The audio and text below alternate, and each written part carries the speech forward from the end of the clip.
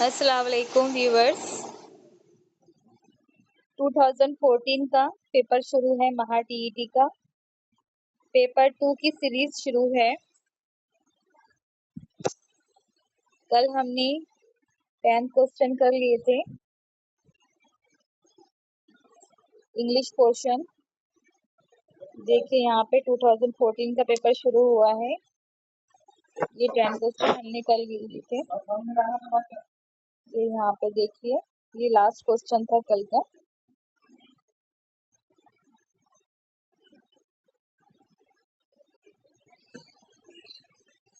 अब हमारा आज का 11th नंबर का क्वेश्चन शुरू होगा। देखिए कल यहाँ हमने देखा था ना कि नॉट मैच्ड पेयर, तो आंसर की में इसका आंसर गो डाउन है। ठीक है, ये यहाँ पे इसका आंसर है। वैसे तो ये सही वर्ड है, बट यहाँ पे क्या लिखा हुआ है इसके अंदर, a house for storing grains, तो इसको ग्रैनी भी कहा जाता है। जहाँ पे ग्रेन्स अनाज रखते हैं उसको ग्रैनी भी कहा जाता है।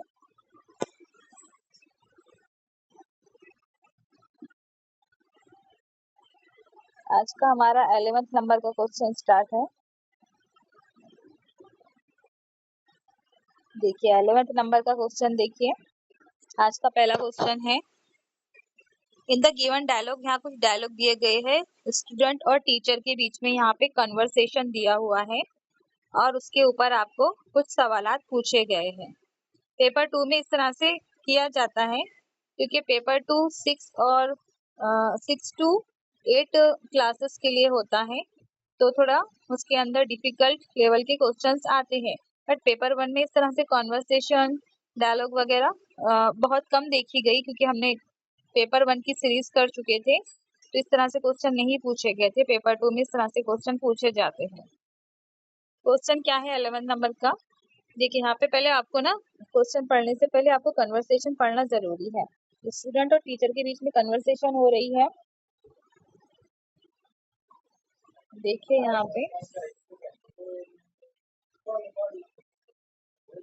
Student, sir I feel out of sort now.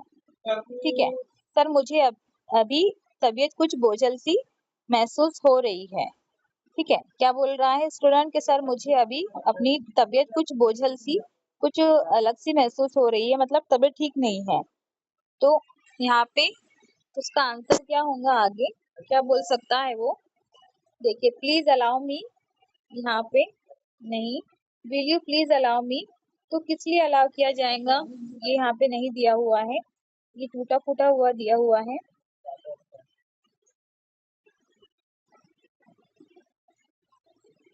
Can I go out, ये देखिए यहाँ पे कैन आई गो आउट, तो मतलब यहाँ पे मॉडल ऑक्सिलरी ना पोलाइट रिक्वेस्ट करेगा ना वो स्टूडेंट टीचर से, तो पोलाइट रिक्वेस्ट करने के लिए हमको मे यूज करना होता है, ना कि कैन यूज करना होता है। तो मे का यहाँ पे ऑप्शन करेक्ट हो जाएगा। मे आई लीव अर्ली, क्या मैं जल्दी जा सकती हूँ, या फिर क्या मैं जल्दी जा सकता हूँ। मे आई लीव अर्ली, सर मेरी तबीयत बोझल सी महसूस हो रही है, क्या मैं जल्दी जा सकता हूँ, टीचर को बोल रहा है स्टूडेंट। तो टीचर क्या कहता है कि व्हाट्स द प्रॉब्लम, तो स्टूडेंट बोलता है एक्चुअली। अब देखिए 12th नंबर में क्या आएगा, actually and I think that may be food poisoning. अच्छा, फूड पॉइजनिंग होती है मतलब हमारा स्टमक खराब होता है, तो बच्चा क्या बोलेगा, I have some stomach problem. ये थर्ड ऑप्शन यहाँ राइट हो जाएगा। I feel like vomiting. ठीक है, दिस टीचर बोलता है डोंट वरी। 12th नंबर का थर्ड ऑप्शन करेक्ट हो जाएगा, I have some stomach problem, ये यहाँ पे आएगा। टीचर का 13 नंबर का देखिए, टीचर बोल रहा है डोंट वरी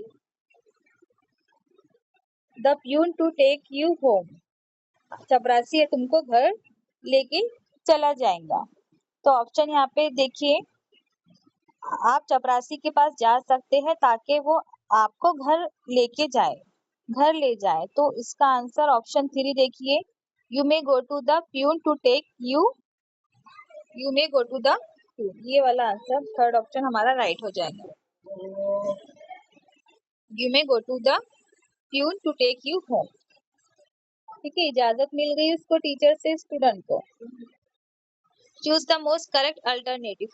3 नंबर का क्वेश्चन कन्वर्सेशन के ऊपर नहीं है, बाकी की जो 11, 12 और 13 थे वो कन्वर्सेशन के ऊपर क्वेश्चंस थे, इसके आंसर्स थे। अब देखिए 14 नंबर का क्वेश्चन अलग है। Choose the most correct alternative. Alternative आपको एक ऑप्शन चूज करना है। My house roof is leaking. मेरी घर की जो छत है वो लीक हो रही है। The roof of my house is leaking. ये भी सही है, ये भी सही है। My house is out of repairs. Out of repairs नहीं होता है, क्या होना चाहिए था? My house needs repair. मेरे हाउस को जरूरत है रिपेयरिंग की। ठीक है, नीड्स रिपेयर एज लगेगा, नीड्स रिपेयर, या फिर my house is under repair. कैसा होना चाहिए था? My house is under repair. इस तरह से ये सेंटेंस का ग्रामेटिकली करेक्ट इनकरेक्ट है। तो देखिए यहाँ पे दोनों भी सही है, both A and B are correct. ठीक है, both A and B are यहाँ पे करेक्ट हो जाएंगे। देखिए यहाँ पे हाउस में ना, यहाँ हाउस देख रहे हैं आप, इसको ना एपोस्ट्रोफ लगा हुआ है, मतलब ये पोजेसिव फॉर्म है। House possessive form. यहाँ पे देखिए छोटा सा एज लगा हुआ है, कॉमा, तो ये पोजेसिव फॉर्म है यहाँ, मतलब घर की छत। ठीक है, माय हाउस रूफ, मतलब ये जो इस तरह से एज लगा होता है तो वो का, की, के हुर्फ इजाफत के सेंस में आता है, पोजेसिव फॉर्म होता है ये। तो यहाँ पे ये भी सही हो गया और ये भी सही हो गया, तो बोथ आर करेक्ट और C is incorrect option. Next question पे चलते हैं। 15 नंबर का देखिए। 15 नंबर का देखिए, pick out the most effective word to fill in the blanks to make the sentence meaning fully complete. अब ये यहाँ पे देखिए क्वेश्चन क्या है। The unruly behaviour of the students dash dash dash their teacher. तो यहाँ पे क्या हो जाएगा इसका आंसर? देखिए यहाँ पे क्या बता रहा है कि जो अनरूली मीन्स क्या होता है? अनरूली मीन्स मुजोर। ठीक है, जो वॉयलेंट बिहेवियर होता है स्टूडेंट का, जो डिसिप्लिन में नहीं होते, नॉट इन डिसिप्लिन, जो बैड बिहेवियर होता है उसको बोलते हैं अनरूली। ठीक है, तो बैड बिहेवियर स्टूडेंट का टीचर को क्या करता है? गुस्सा आने पे मजबूर करता है। बैड बिहेवियर जो होता है स्टूडेंट का टीचर को भड़काता है ना। तो इंसेंट के मीनिंग क्या हो जाएंगे? इंसेंसिड है, इंसेंसिड के मीनिंग हो जाएंगे यहाँ पे करेक्ट, मीन्स वेरी एंग्री। यहाँ पे वेरी एंग्री, बहुत गुस्सा दिलवाना। ठीक है, अब यहाँ पे टेम्पर्ड के मीनिंग भी क्या होते हैं? गुस्सा होते हैं, टेम्पर्ड यानी गुस्सा। क्लैश्ड के मीनिंग क्या होते हैं? क्लैश्ड मीन टक्कर लेना, तसादुम, झगड़ा करना, कॉन्फ्लिक्ट पैदा करना। ठीक है, क्लैश्ड। उसके बाद में एग्रीव्ड के मीनिंग भी क्या होते हैं? मुतासिर होने वाला, बेचारा, जो सितमज़िदा होता है, जिसपे जुल्म किया जाता है, तो एग्रीव्ड होता है। और यहाँ पे इंसेंसेट की मीनिंग हो जाएंगे करेक्ट, फोर्थ ऑप्शन राइट हो जाए, वेरी एंग्री। ठीक है, क्या हो जाएंगे इसकी meaning? Very angry.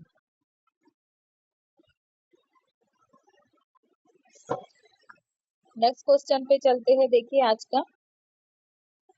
Choose the most appropriate alternative to fill in the blank. 16 number का क्वेश्चन है। The teacher ordered Kamal to leave the room and dash dash him to return. देखिए यहाँ पे क्या है इसका? टीचर ने ऑर्डर दिया। ठीक है, मतलब यहाँ पे क्या हो जाएगा कि टीचर ने कमल को, कमाल है क्या? कमल है। टीचर ने कमल को कमरे से बाहर, टीचर ने कमल को कमरे से बाहर निकलने का हुक्म दिया और वापस आने से मना कर दिया। मतलब वापस आने से उसको रोक टोक किया, उसको रोका कि वापस मत आना, नो रिटर्न। तो यहाँ पे रोकना मतलब यहाँ पे जो करेक्ट मीनिंग हो जाएंगे फॉरबिड हो जाएंगे इसके मीनिंग। फॉरबिड मतलब ये यहाँ पे ना, फॉरबिड जो है वो फॉरबिड का पास्ट टेंस वर्ब है फॉरबिड का। फॉरबिड यानी मना करना, रोकना, रोक टोक करना, ठीक है। फॉरबिड, तो फॉरबिड का यहाँ पास्ट टेंस है forbid, past verb is V2 है। स्टॉप की मीनिंग भी होते हैं रोकना, बट यहाँ पे ऑर्डर की उसमें सेंस में फॉरबिड आएगा। रिफ्यूज्ड यानी इनकार करना। चैलेंज्ड आपको पता है, स्टॉप की मीनिंग भी रोकना, मना कर। तो स्टॉप किया मतलब उसको रिटर्न वापस आने से मना कर दिया, फॉरबिड कर दिया। Choose the correct spelled word, आपको ना 4 ऑप्शन दिए जाएंगे और उसमें से आपको करेक्ट स्पेलिंग आपको फाइंड आउट करना होंगी। तो सिंक्रोनाइज, सिंक्रोनाइज कौन सा सही है यहाँ पे? सिंक्रोनाइज यहाँ पे ऑप्शन 2 देखिए, ऑप्शन 2 में जो देखिए यहाँ पे सिंक्रोमाइज दिया हुआ है, एम का फर्क है और यहाँ पे एन का फर्क है। तो ये यहाँ देखिए ये भी सिंक्रोनाइज, यहाँ वाई नहीं है, हाँ। और यहाँ पे जो फोर्थ ऑप्शन है इसके अंदर क्या है, फोर्थ ऑप्शन में यहाँ पे एच नहीं दिया हुआ है सी के बाद में, ये इस तरह का डिफरेंस है। तो सिंक्रोनाइज जो है मेन वो हमारा ऑप्शन 2 सही हो जाएगा, SYNCHRONIZE। तो सिंक्रोनाइज की मीनिंग क्या होते हैं? साथ साथ होना, कोई वाक्य का कोई लम्हा या फिर कोई मूवमेंट का एक साथ होना, या फिर हम असर होना, बर वक्त होना, ठीक है। और सिंक्रोनाइज की मीनिंग होते हैं हम आहंग होना, हम आहंग होना।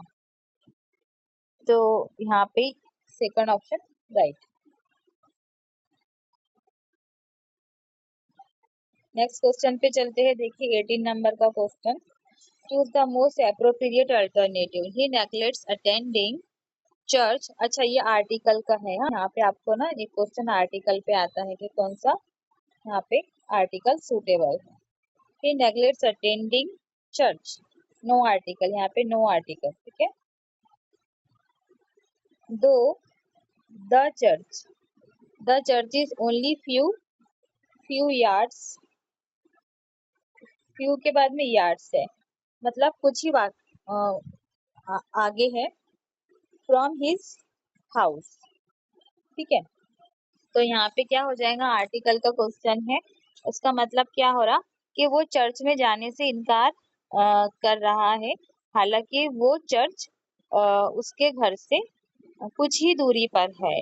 फ्यू यार्ड्स मतलब कुछ ही दूरी पर वाक्य है वो चर्च, लेकिन वो लड़का उसमें जाने से इनकार कर रहा है, मतलब गफलत बरत रहा है, ख्याल नहीं करता। नेगलेक्ट मतलब इग्नोर कर रहा है, ठीक है। तो यहाँ पे क्या हो जाएगा इसका आंसर, नो आर्टिकल और द।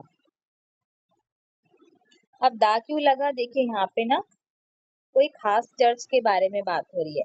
चर्च तो आया पहले, लेकिन उसी चर्च का जिक्र दूसरी मर्तबा अगर आया उसी बात का जिक्र, तो दा लगता है। आपको ये बात मालूम होगी आर्टिकल के रूल्स में कि दा किसी खास मखसूस चीज की तरफ हमको इंडिकेट करता है। तो उसी चर्च को के वो जो चर्च है कुछ ही दूरी पर वाक़ई है, तो ठीक है, वो कोई खास चर्च की बात हो रही है ना, तो यहाँ पे द आर्टिकल और यहाँ पे नो आर्टिकल। तो कैंसर सेंटेंस बनेगा, ही नेग्लेक्ट अटेंडिंग चर्च दो the church is only few yards from his house, दो यानी हालांकि। तो आज का वीडियो हम यही एंड करते हैं, और उसके बाद में जो बाकी के क्वेश्चन है 19 से लेके जो भी 30 तक के हैं, इंशाल्लाह नेक्स्ट वीडियो में करने की कोशिश करेंगे। जज़ाकल्लाहु खैरन कसीरन।